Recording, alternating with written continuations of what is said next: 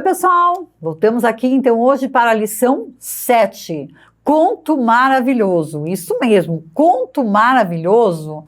Bom, do que trata o conto maravilhoso? Conto vocês já sabem, né? Existem diferentes tipos de contos aí. Mas o conto maravilhoso é um gênero textual que ele vai trabalhar com a narração aí, que traz como marca principal desse conto maravilhoso o quê? Aquilo que é fantástico, aquilo que traz que é algo sobrenatural, aquilo que envolve a magia. Então, o enredo todo de um conto, ele é marcado por personagens que vivem aventuras, desafios, que refletem às vezes a cultura, né? E aí a crença de um povo. Embora o conto maravilhoso seja, né, totalmente voltado lá para a tradição europeia, ele também está presente nas narrativas indígenas, tá? Então vamos lembrar que tanto na narrativa indígena, tanto na narrativa africana, asiática, americana, oriental, o conto maravilhoso ele também faz parte. Quais são as características relacionadas a este conto? Bem, o tempo é indefinido. Eu nunca vou saber, de fato, o tempo, né? Quando ali que acontece. Por isso que se usa muito. Era uma vez, né? Muitos anos atrás. O espaço geralmente são reinos distantes, florestas encantadas, castelos. Aquele cenário que favorece a imaginação durante o enredo de um conto. A narrativa geralmente é fantástica e vai trabalhar com a situação o quê? Fora do normal. Aí eu tenho um cavalo que fala, né? Por exemplo, um outro animalzinho da floresta que também fala. São personagens fantasiosos que fazem parte, por isso que se chama maravilhoso. Esses personagens também são inusitados. Eu posso ter herói, anti-herói, rei, deus, objeto mágico, uma fada, né, uma varinha de condão, tudo isso que faz parte das figuras aí mitológicas e que trazem essa imaginação para os contos. E aí eu tenho também um conflito emblemático no conto maravilhoso, que é o bem e o mal, onde o bem sempre vence o mal. Para nós entendermos um pouco mais, vamos aqui para o conto da Senhora Hole. O conto, então, é da Senhora Hole. O que ele traz, tá? Vamos fazer uma leitura aqui sobre ele, discutindo a situação dos acontecimentos. Primeiro, a Senhora Hole vai falar o quê? Que ela era uma viúva, tá? Então nós vamos ter aqui ela como uma viúva, que o quê? Que tinha 2 filhas, sendo uma bonita, né, e a outra aplicada, uma outra feia, preguiçosa, que a filha legítima, e por isso a outra era obrigada a realizar todo o trabalho do quê? Todo o trabalho da casa. Certo dia, essa menina foi tirar a água do poço e ela debruçou-se lá demais para puxar o balde e acabou caindo lá no fundo do poço. O que aconteceu? Quando ela acordou e recuperou os sentidos, ela estava lá num lindo gramado, tá? Nesse lindo gramado, ela caminhou até que ela se deparou com um forno repleto de pães.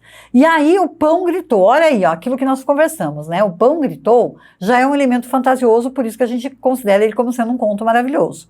Aí o pão falou para tirar daqui, que senão eles iam ser queimados. A menina rapidinho tirou o pão do forno e continuou caminhando até que ela encontrou uma árvore carregada de maçãs. Essas maçãs também, também lá, né, na árvore pediram, sacuda-me, minhas maçãs estão todas maduras.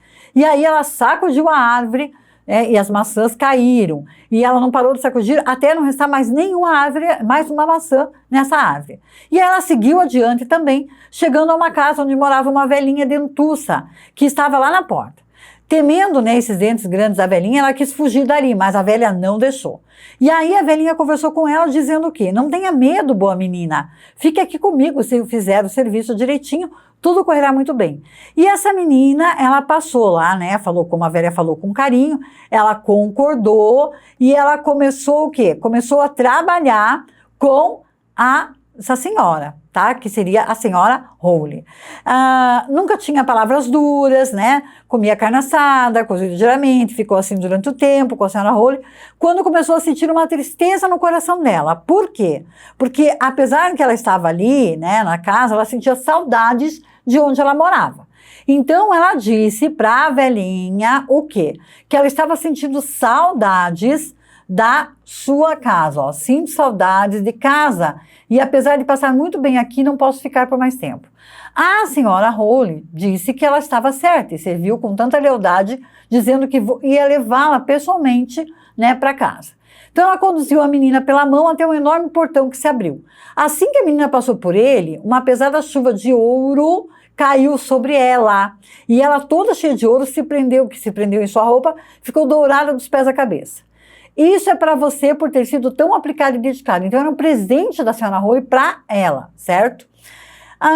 Aí, o que aconteceu? O portão se fechou e a menina se achou do lado de cima do mundo onde ela morava antes. Ao chegar ao quintal, o galo, sentado sobre o poço, cantou: cocoricó, cocorocó, chegou a donzela dourada, olhem só. Assim, ela entrou na casa e, por estar coberta de ouro, ela foi muito bem recebida pela mãe e pela irmã.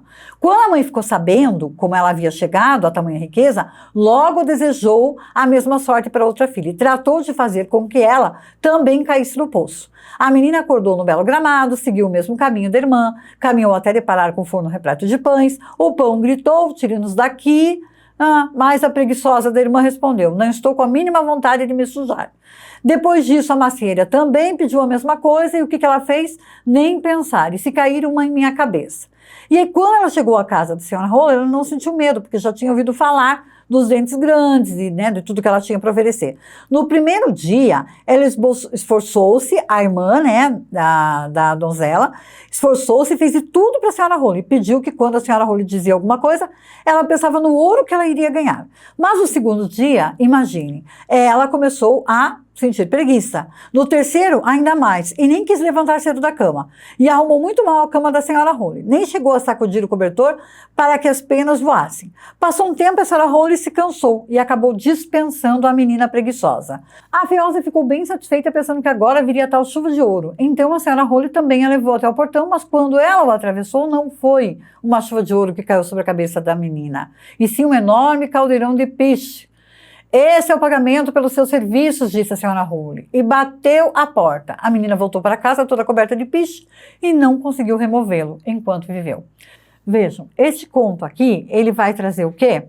Ele vai trazer uma história com uma lição de moral, né? Porque a gente percebe o que uma delas fez em toda a história, em todo o conto, e o que a irmã fez, totalmente diferente. E por ela agir diferente, o que aconteceu? Ela não recebeu lá o seu prêmio tão esperado. Vamos lá para a questão 1. Questão 1 fala do clímax. Vamos lembrar que o clímax em um conto é aquele momento de tensão, aquele momento que eu fico pensando, e agora? O que irá acontecer, né, com a personagem, com a situação? Então, esse momento que antecede o final da história atinge o auge no ponto mais alto de tensão e emoção da narrativa. O clímax do conto da senhora Holly é desencadeado quando a menina feia e preguiçosa, o que ela faz? Descobre que a irmã bonita e aplicada ficou rica? Não, né? Porque o clímax ele vai aparecer bem lá quando está quase no finalzinho. Quando acorda no belo gramado e segue o mesmo caminho da irmã, também não é clímax, ali é um momento natural. Quando começa a trabalhar para a senhora Holly, o clímax começa aí? Não, porque até então ela começa a agir normalmente. Quando é conduzida até o portão para retornar para casa, é bem aí que acontece o clímax. Por quê? Porque é nesse momento que a senhora Holly traz-lhe a lição, né, de moral de toda a situação. Então, para quem marcou aí, letra D, acertou. Questão 2. A ideia da viúva e de sua filha legítima confere ao conto um efeito inesperado, surpreendente, pois, vamos lá, a senhora Holly não deixou que a menina ficasse no mundo paralelo? Isso não é verdade, né? A garota voltou cheia de piche e não de ouro como esperava? A menina foi expulsa do reino da senhora Holly assim que caiu do poço? Ou a criança voltou cheia de ouro que se transformou em piche no mundo dela? Não. Vamos pensar, a única alternativa que nós temos como correta aqui seria a letra B. A garota voltou cheia de piche e não de ouro como ela esperava. Ficamos então por aqui e vocês vão resolver as demais questões sobre este conto, né, maravilhoso, e nos encontramos na próxima aula. Tchau, pessoal!